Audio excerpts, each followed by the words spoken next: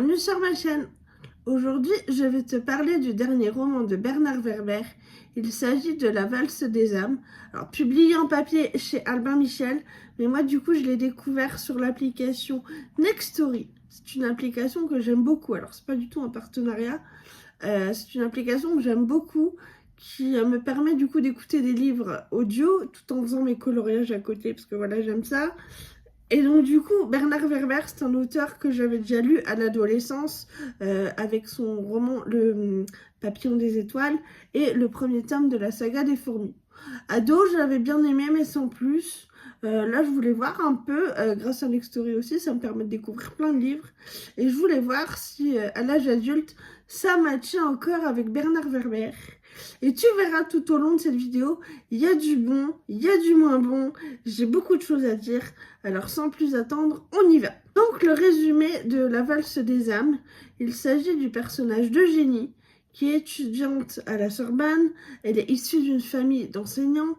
Son papa est professeur d'histoire à la Sorbonne. Son grand-père, lui, a été président de cette université. Sa maman est gravement malade, elle a un cancer du cœur. Eugénie est avec ses parents à l'hôpital. Et sa maman, juste avant de sombrer dans le coma, va lui dire qu'elle doit lutter contre les forces de l'obscurantisme au moyen de méditation qui vont lui permettre de découvrir ses vies antérieures et qu'elle va devoir rencontrer son âme sœur et lutter contre l'apocalypse qui aura lieu le vendredi 13 octobre. Rien que dans le résumé et les premières pages du livre, on comprend que Bernard Werber a voulu faire une allégorie de notre société à travers son bouquin. L'entrée se découpe en deux parties. On a les voyages dans le temps, puis on revient sur Eugénie dans son quotidien. Donc Eugénie, au départ, elle est très sceptique sur cette forme de méditation et c'est son papa qui va l'initier petit à petit. Et donc, tout d'abord, on va commencer avec la préhistoire et les Néandertaliens. Elle va découvrir donc qu'elle a une partie d'elle qui fait partie des Néandertaliens. Puis, comme ça, on va aller jusqu'à la Mésopotamie, l'Égypte ancienne et puis Pythagore. Pour les voyages, et plus on avance donc dans l'histoire, plus on se rapproche de cette fameuse deadline qui est le 13 octobre. Voilà, donc j'ai aimé le côté voyage dans le temps, c'est très documenté, c'est très travaillé. Par contre, les retours dans le présent, alors, j'ai trouvé ça extrêmement long, mais aussi, il y a besoin, et c'était intéressant de le faire sous cette forme, c'était de donc, nous donner le contexte géopolitique dans lequel on se trouve, c'est-à-dire que Eugénie étudiante, donc elle fait partie d'un parti d'extrême gauche. On comprend très vite qu'en France, il n'y a plus que deux partis politiques, donc d'extrême droite et d'extrême gauche. On comprend climatiquement que c'est une catastrophe, il fait encore 30 degrés au mois d'octobre, enfin voilà, il y a besoin de ces informations-là, mais du coup, trop d'informations à chaque retour de voyage dans le temps, finalement, ça alourdit énormément le récit. On nous parle quand même de contexte d'âme, enfin de contexte d'âme sœur, et j'ai trouvé que le contexte de l'âme sœur, il était complètement sous-exploité. Il arrive qu'à la toute fin du roman, enfin, on nous bassine avec ça peut-être la moitié du roman et au final ça ne vient qu'à la fin. Enfin, très expéditif comme truc. En plus, enfin, je dis c'est expéditif, mais le personnage qui va concerner cette partie de l'histoire arrive plutôt très tôt dans le roman. Allez, je dirais avant le milieu, au tiers. Malheureusement, bah, c'est complètement sous-exploité. C'est dommage, ça n'a pas vraiment d'intérêt.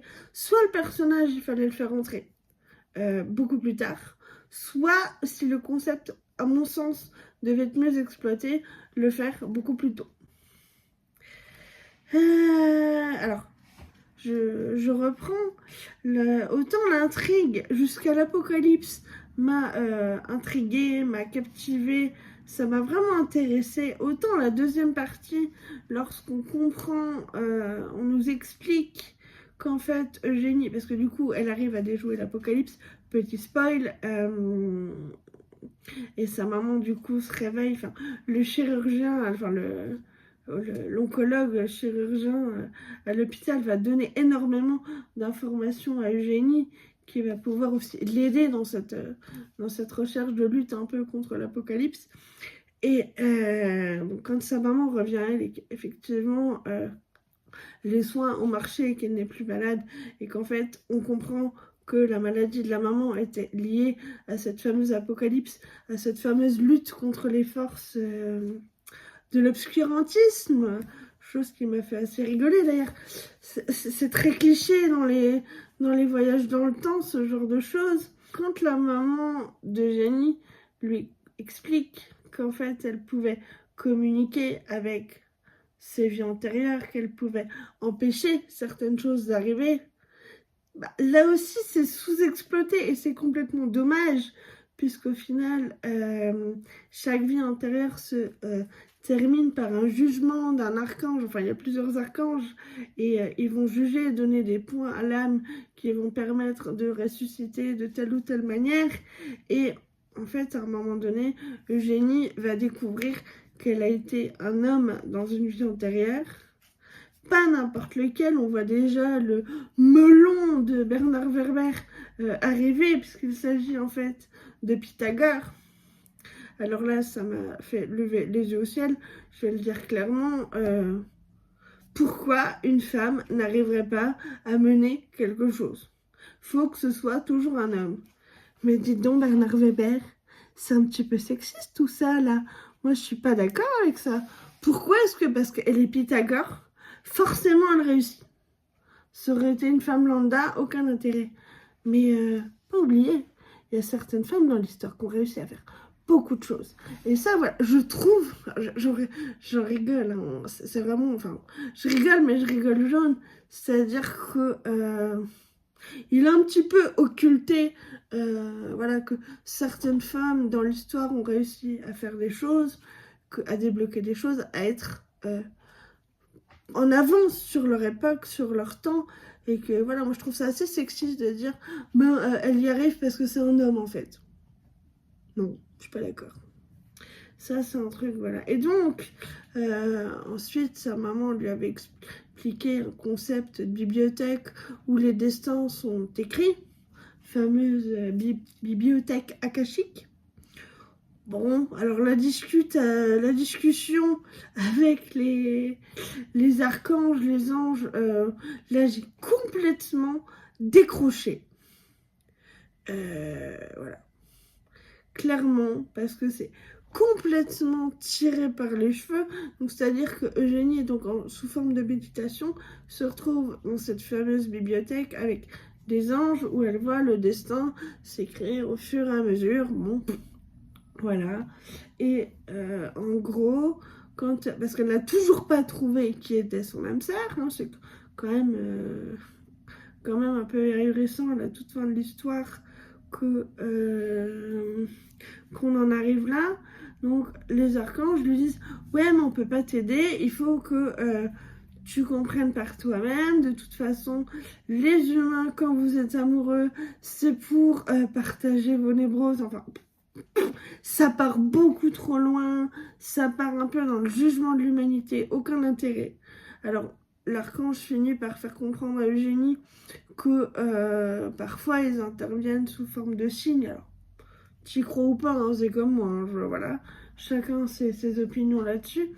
Mais quand il lui dit en gros, on peut intervenir sous forme d'animaux, de chats notamment. Eugénie, elle a un chat. Eugénie, son chat s'appelle Nostradamus. Moi, j'attendais quelque chose qui amènerait Nostradamus à interagir un peu plus avec elle. Parce qu'effectivement, il y a des interactions, mais j'aurais voulu, encore une fois, que là aussi, ce soit un petit peu plus poussé. Si on veut y aller par là, pousser le truc à fond. Dommage. Il y a un tout petit truc, il n'y a pas assez à mon goût. Je trouve encore une fois, il y a beaucoup de longueur sur certains trucs. d'autres qui sont complètement sous-exploités. C'est dommage parce qu'au final, c'était une lecture intéressante. Mais une lecture intéressante sur la première partie du bouquin, sur tout ce qui concerne la partie avant l'apocalypse. Au moment de l'apocalypse, comment ça va être résolu. J'ai trouvé là aussi que c'était un petit peu fouillis, genre les partis extrémistes qui commencent à s'allier pour faire un coup d'État. Tout ça parce que en gros, il y a ce côté où au niveau éducation nationale, on propose un espèce de chat GPT qui va gouverner, pas qui va gouverner, mais qui va faire ce travail de ministre. Et là, en fait, c'est un peu la révolution. Enfin, il y a des manifestations. Et du coup, ça commence comme ça. Ça pourrait être intéressant au final. Mais, encore une fois, tout est sous-exploité, presque un peu expédié. Et la deuxième partie du roman, avec la bibliothèque akashique, les anges, c'est complètement tiré par les cheveux. Et j'avoue, j'ai pas tout compris. J'ai passé un peu en diagonale cette partie-là. Tout ça pour, au final, avoir la révélation de l'âme sœur qui, à mon sens, juste, je l'avais deviné, ça.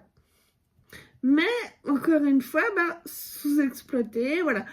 La fin est très expédiée, hein, ça va super vite. Pour un livre qui, en papier, fait 624 pages, il faut quand même savoir que sur Next Story, c'est le livre le plus long que j'ai lu jusqu'à aujourd'hui. Et je trouvais que trop de longueur, pas assez de choses, fait que, encore une fois, Bernard Werber nous montre un petit peu le boulard du monsieur. Pour une fois, je vais râler comme ça et dire, non, le mec a le melon, écrit des trucs, qui se veut peut-être intellectuel, voilà. Il y a un truc, il y a, je dirais, il y a quelque chose au niveau du voyage, du voyage intérieur qui peut être intéressant, ou même d'une apocalypse à déjouer. Ça se fait dans la science-fiction, c'est pas non plus ahurissant, mais il y a des choses qui sont mal amenées, trop vite amenées ou trop tard. Et ça, c'est dommage. Trop de longueur, trop de choses, trop de fonfon, voilà, quand il nous dit que Lady Di, c'est la résurrection, par exemple, de Marie-Antoinette. J'ai rigolé, c'est complètement tiré par les cheveux. Enfin, c'est ce genre d'exemples, voilà, qui ont fait que, du coup, je suis contente d'avoir lu ce livre.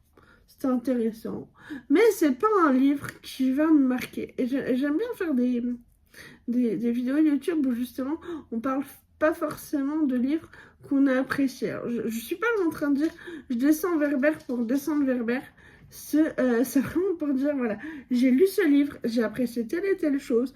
Par contre, je sais que je ne relirai plus de Werber derrière. Voilà, cette vidéo touche à sa fin. N'hésite pas à me dire en commentaire si toi aussi tu as lu ce livre ou si tu comptes le lire. Et qu'est-ce que tu en as pensé? Voilà, n'hésite pas à venir échanger en commentaire.